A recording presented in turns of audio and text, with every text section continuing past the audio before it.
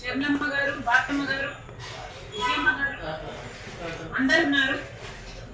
వారు ఇంతమందికి తెలిసిన విషయం అబద్ధమని నన్ను ఎలా చెప్పమంటారు? దానివల్ల కాదు. ఒక్కసారికి ఒక్క విషయంలో నన్ను వదిలేయండి అని బ్రతుకుమంటున్నారు. డాక్టర్ జగన్మోహన్ రెడ్డి గారు తర్వాత రోజుల్లో అదే విషయాన్ని సుబ్బారెడ్డి గారి చేత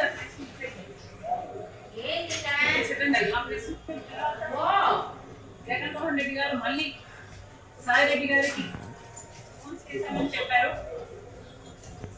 ఆ ఫోన్ కాల్లో మళ్ళీ జగన్మోహన్ రెడ్డి గారు లేదు తప్పదు, ఈ విషయం కూడా చెప్పాల్సి ఉంటుంది, ప్రెస్ మీట్ పెట్టి చెరువులకు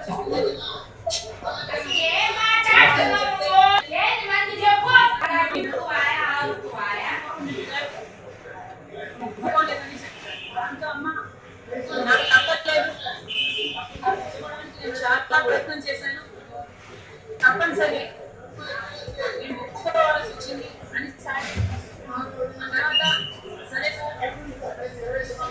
చెప్తాను నేను అని జగన్మోహన్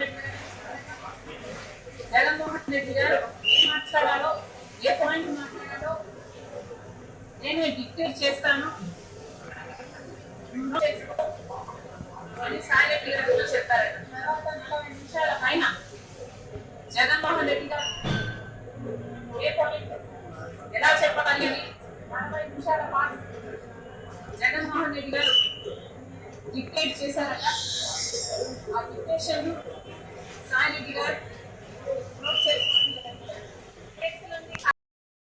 వెళ్లారని 3 గంటల పాటు రాజకీయ అంశాలపై చర్చించారని మీడియాలో కథనాలపై షర్మిల వివరాలను వెల్లడించారు. మాజీ సీఎం జగన్ పై పిసిసి అధ్యక్షురాలు షర్మిల సంచలన వ్యాఖ్యలు చేశారు. ఈ సందర్భంగా ఆమె మాట్లాడుతూ జగన్ మాటలు దయ్యాలు వేదాలు వెలిగినట్లు ఉన్నాయని షర్మిల విమర్శించారు. మీరా ఇంకొకరి గురించి మాట్లాడేదని విమర్శించారు. విజయసాయిరెడ్డితో చాలా అంశాలు మాట్లాడారు. జగన్ వల్ల పడిన ఇబ్బందులు విజయసాయిరెడ్డి చెప్పారు. నా పిల్లలకు సంబంధించిన విషయమే నేను చెబుతా. షేలు తనకే చందాలను నాపై నా తల్లిపై కేసు వేస్తారు. నా మాటలు అబద్దాలని విజయసాయిరెడ్డితో జగన్ చెప్పించారు. సుబ్బారెడ్డి విజయసాయిరెడ్డి మాటలు అసత్యమని విజయమ్మ చెప్పారు. ఆ తర్వాత కూడా విజయసాయిరెడ్డిపై జగన్ ఒత్తిడి తెచ్చారట. విజయసాయిరెడ్డి అంగీకరించుకుంటే సుబ్బారెడ్డితో మాట్లాడించారు. ఆ తర్వాత మళ్లీ విజయసాయిరెడ్డికి జగన్ పిలిపించారు. విజయసాయిరెడ్డికి 40 నిమిషాలు జగన్ స్వయంగా డిక్టేట్ చేశారట. ఎలా చెప్పాలి, నాపై ఏం మాట్లాడాలో జగన్ మొత్తం వివరించారట. తర్వాత ప్రెస్ మీట్ పెట్టకపోవడంతో జగన్ ఆగ్రహం వ్యక్తం చేశారట. ఈ విషయాలన్నీ విజయసాయిరెడ్డి 2047 ప్రణాళికకు చేయూతనివ్వాలని సీఎం చంద్రబాబు నీతి ఆయోగ్ కు విజ్ఞప్తి చేశారు. ఏపీ ప్రతి ఏటా 15% వృద్ధి రేటు సాధించి 2047 కల్లా $2.4 ట్రిలియన్ ఆర్థిక వ్యవస్థను నెలకొల్పేందుకు ప్రయత్నిస్తున్నట్లు తెలియజేశారు. సచివాలయంలో నీతి ఆయోగ్ ఉపాధ్యక్షుడు సుమన్ భేరీ బృందం సీఎం చంద్రబాబుతో భేటీ అయ్యారు. రాష్ట్రంలో ఉన్న అవకాశాలు, ఆకాంక్షలపై సీఎం ప్రెజెంటేషన్ ఇచ్చారు. 1 ఫ్యామిలీ 1 ఏఏ ప్రొఫెషనల్ 1 ఎంటర్‌ప్రెన్యూర్ గా రాష్ట్రాన్ని తీర్చిదిద్దడమే లక్ష్యంగా స్వర్ణాంధ్ర 2047 విజన్ డాక్యుమెంట్ రూపొందించామని, దీనికి కేంద్రం సాయం అవసరమని సుమన్ భేరీని సీఎం కోరారు. కేంద్ర రాష్ట్ర ప్రభుత్వాలకు ఇది ఎంతో అనుకూల సమయమని, అభివృద్ధి చేసేందుకు అవకాశాలు మెండుగా ఉన్నాయని సీఎం అన్నారు.